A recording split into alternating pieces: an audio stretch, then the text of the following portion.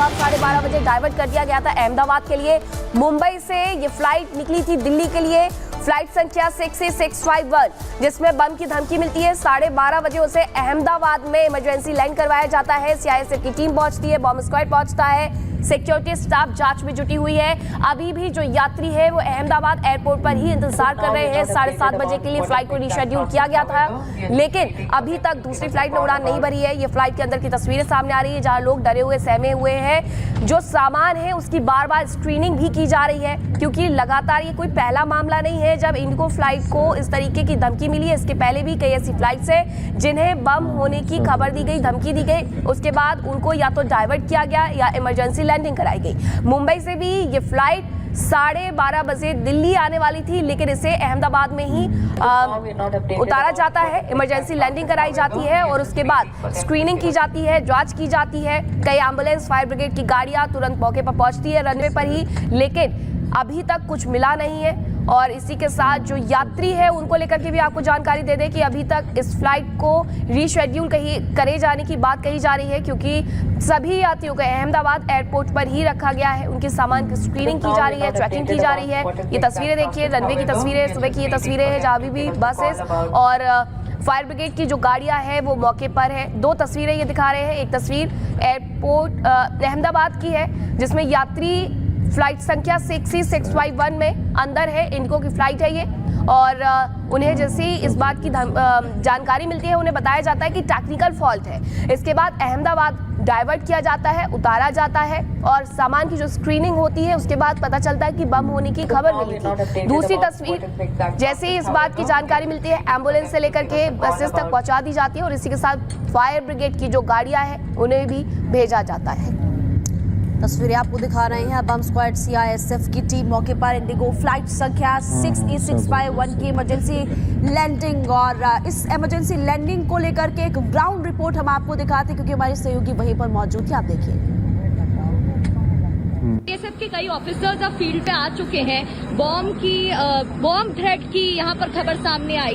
इसके अलावा हम जैसे ही लैंड करते हैं तो जलने की बदबू आने लगती है। क्या बात है अभी तक ये नहीं बताई जा रही है, क्योंकि यात्रियों को ये नहीं बताया जाता है। लेकिन आप देख सकते हैं यहाँ पर जो जवान है वो दिखाई दे रहे हैं हथियारों के साथ, और अब यहाँ पर चेकिंग की जाएगी कि आखिर परेशानी क्या थी, क्योंकि कैप्टन ने अपने सूझबूझ से कैप्टन ने काफी होशियारी के साथ लैंड कराया, और जब लैंड कराया गया तो देखा गया था काफी नीचे लैंडिंग कराई गई थी।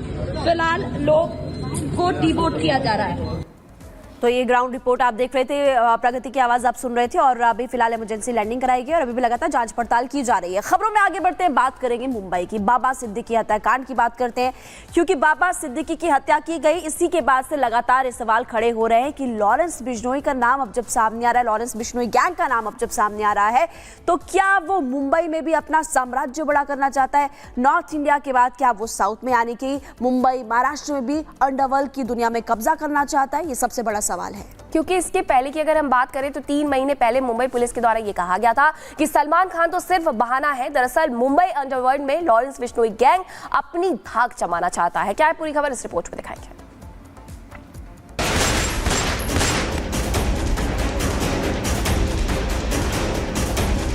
14 जुलाई को मुंबई की मकोका कोर्ट में मुंबई पुलिस की क्राइम ब्रांच ने 1736 पन्नों की एक चार्जशीट दाखिल की थी। ये चार्जशीट 14 अप्रैल को सलमान खान के घर गैलेक्सी अपार्टमेंट पर हुए शूटआउट को लेकर थी। सलमान खान के घर गोली चलाने के मामले में लॉरेंस बिश्नोई समेत कुल 19 लोगों को आरोपी बनाया गया था और इसी चार्जशीट में क्राइम ब्रांच ने लिखा था, सलमान को धमकी तो एक बहाना है, असल में लॉरेंस बिश्नोई पूरे मुंबई में राज करना चाहता है, यानी वो मुंबई अंडरवर्ल्ड पर अपना कंट्रोल चाहता है। बाबा सिद्दीकी के कत्ल के बाद 2 सवाल पूछे जा रहे हैं। पहला, क्या इस कत्ल के पीछे लॉरेंस गैंग है या फिर कोई और? दूसरा, अगर लॉरेंस गैंग ही इस कत्ल के पीछे है तो निशाना बाबा सिद्दीकी ही क्यों? बाबा सिद्दीकी की हत्या में पकड़े गए आरोपियों और फरार आरोपियों को लेकर मुंबई पुलिस ने जो कड़ियां जोड़ी हैं, वो फिलहाल यही इशारा कर रही हैं कि बाबा सिद्दीकी की हत्या के पीछे लॉरेंस गैंग का हाथ है। असल में बाबा सिद्दीकी के कत्ल की साजिश हुई और उसे अंजाम देने में मुंबई पुलिस ने कुल 6 लोगों की शिनाख्त की है। इन 6 लोगों के नाम है गुरमेल सिंह, शिव कुमार गौतम, धर्मराज कश्यप, मोहम्मद जीशान अख्तर, प्रवीण लोनकर और शुभम लोनकर है। इनमें से 3 गुरमेल सिंह, धर्मराज कश्यप और प्रवीण लोनकर फिलहाल पुलिस के कब्जे में हैं, जबकि बाकी 3 यानी जीशान अख्तर, शुभम लोनकर, शिवम कुमार गौतम फिलहाल फरार है और उनकी तलाश जारी है।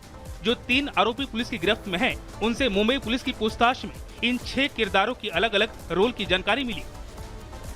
मुंबई पुलिस की जांच में जो बात निकलकर सामने आई है, उसमें साफ है कि बाबा सिद्दीकी के मर्डर के लिए ऐसे शूटर चुने गए जिनका कोई बड़ा क्रिमिनल बैकग्राउंड नहीं था।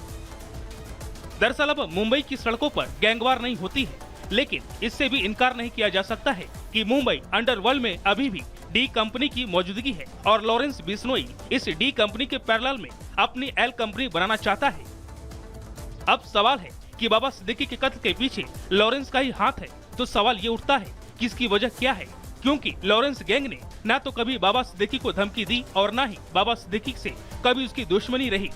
सिर्फ सलमान खान का दोस्त होने की वजह से उसने बाबा सिद्दीकी का कत्ल करवाया, तो ये वजह हजम नहीं होती। तो फिर बाबा सिद्दीकी ही निशाने पर क्यों थे?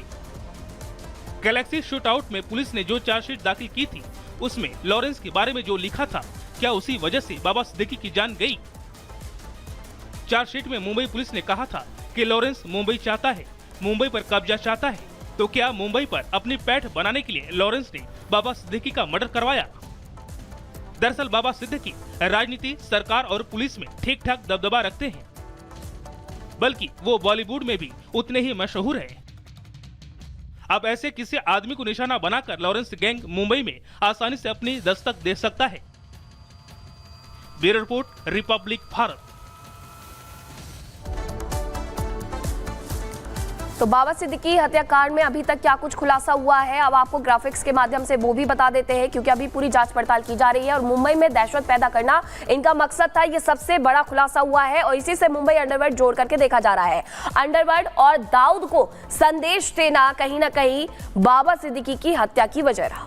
बिल्कुल, देखिए शूटर्स ने बाबा सिद्दीकी की रेकी की थी, ये भी जांच में पता चल रहा है और इसके अलावा 28 दिन में 5 बार रेकी की गई है, ये भी क्राइम ब्रांच की टीम ने पता लगाया। तो सिद्दीकी के घर और दफ्तर की रेकी की गई है, इसके बारे में जानकारी मिली है, क्योंकि 40 दिन तक शूटर्स वहीं थे। हमले के हथियार पंजाब से लाए गए थे और पंजाब से जो कनेक्शन है वो भी निकल करके शूटर्स का सामने आया था। और देखिए 9 mm पिस्टल पाकिस्तान या फिर नेपाल से पहुंची थी। पाकिस्तान का नाम भी सामने आ रहा है और नेपाल से भी एक खबर मिल रही है कि हो सकता है वहां से हो।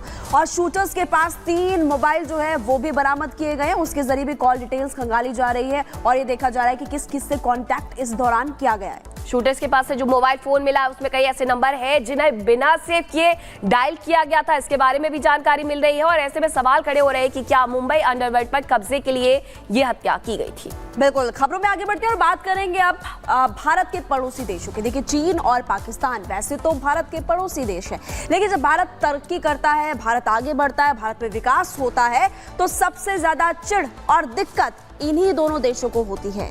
और अब ऐसे में जब एससीओ की मीटिंग हो रही है तो एक बार फिर से कश्मीर का राग अलापना कहीं ना कहीं दोनों देशों को भा रहा है। आखिरकार एससीओ की मीटिंग में कश्मीर का राग क्यों, देखिए उस रिपोर्ट में।